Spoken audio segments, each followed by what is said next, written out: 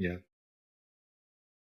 Yang tadi disampaikan oleh jawaban termohon kaitannya dengan yang diulang-ulang bahwa Sekjen PDI Perjuangan Hasto Kristianto meminta Harun Masiku merendam HP-nya. Ini perlu kita klarifikasi karena di dalam putusan dari Saudara Wahyu Setiawan dan Agustina Tio nomor 28 halaman 64 itu menyampaikan masa saksi diperiksa, kemudian dalam putusan setelah semuanya dikonfrontir, dicek, akhirnya di dalam putusan disampaikan bahwa saksi disuruh oleh dua orang tersebut agar menyampaikan Pak Harun untuk merendam handphone miliknya. Nah, sudah ada di dalam putusan. Jadi tidak betul bahwa Mas Hasto yang menyuruh untuk merendam handphone. Itu yang pertama. Yang kedua, dalam catatan kami tadi disampaikan kaitannya dengan pemberian uang.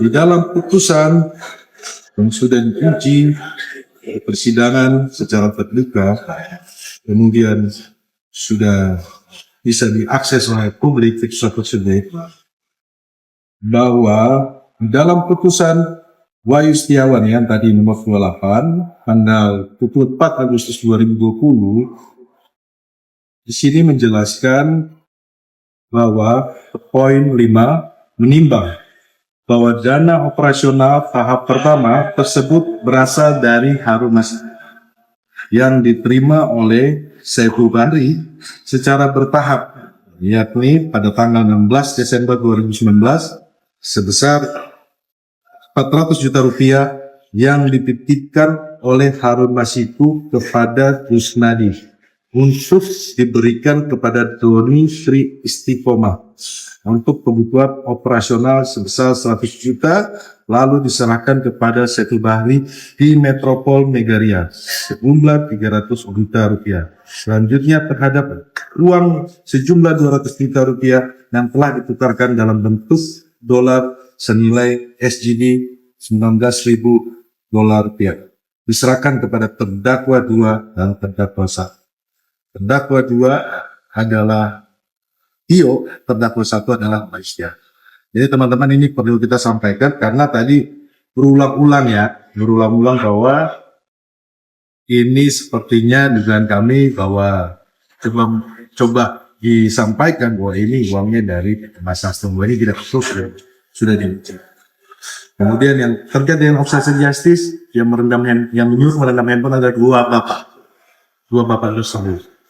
Itu yang bukan Mas Hasto. Jadi persidangan sedikit. Untuk buktinya dulu nih tadi gue kan ada 41 dan 1 pil sedikit ya apa saja yang ditolak. Ya, tadi kan kita minta juga untuk dibacakan ya. Jadi kita menjelaskan pertama kedudukan Sekjen PDI Perjuangan Mas Hasto Kristianto.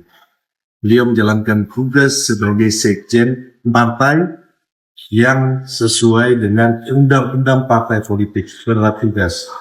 Kami tadi sampaikan terkait dengan identitas, kemudian SK DPP partai, kemudian surat yang disampaikan untuk mengajukan fatwa, itu semuanya kita sampaikan tugas-tugas beliau.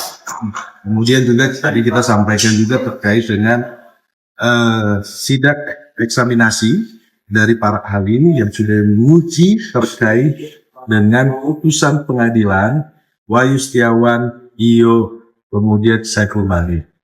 Itu kita sampaikan menjadi saksi dan juga ada berita acara penggeledahan kepada Saudara Kusnadi yang kami sampaikan di awal bahwa kami keberatan karena Saudara Kusnadi ini bukan sebagai saksi pada tanggal 10 Juni tersebut. Kami sudah melaporkan ke Dewas. Sayangnya kami tidak pernah diperiksa sebagai pelapor. Kayaknya kan biasanya kalau kita melaporkan ke Dewas didengarkan dulu dari pihak pelapornya seperti apa. Tapi kita hormatilah. Dan catatan kami ya perlu kami sampaikan bahwa yang tadi disampaikan oleh pihak pemohon bahwa fakta persidangan bukan harga mati.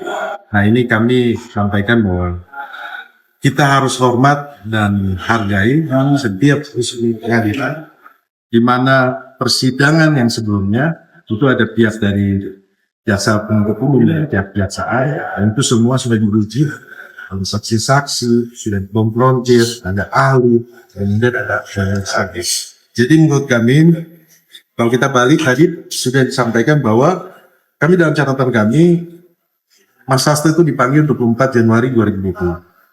Kemudian dipanggil 26 Februari 2020. Kemudian loncat di 10 Juni 2024. Ketika di mana Mas Hasto Kristianto gencar menyampaikan kritik terhadap proses demokrasi, kerusakan hukum yang diduga dilakukan oleh orang yang mau tetap berkuasa. Ya, kalau saya bilang masih post-war syndrome, guys. Oke, teman-teman. Download Tribun X sekarang, menghadirkan lokal menjadi Indonesia.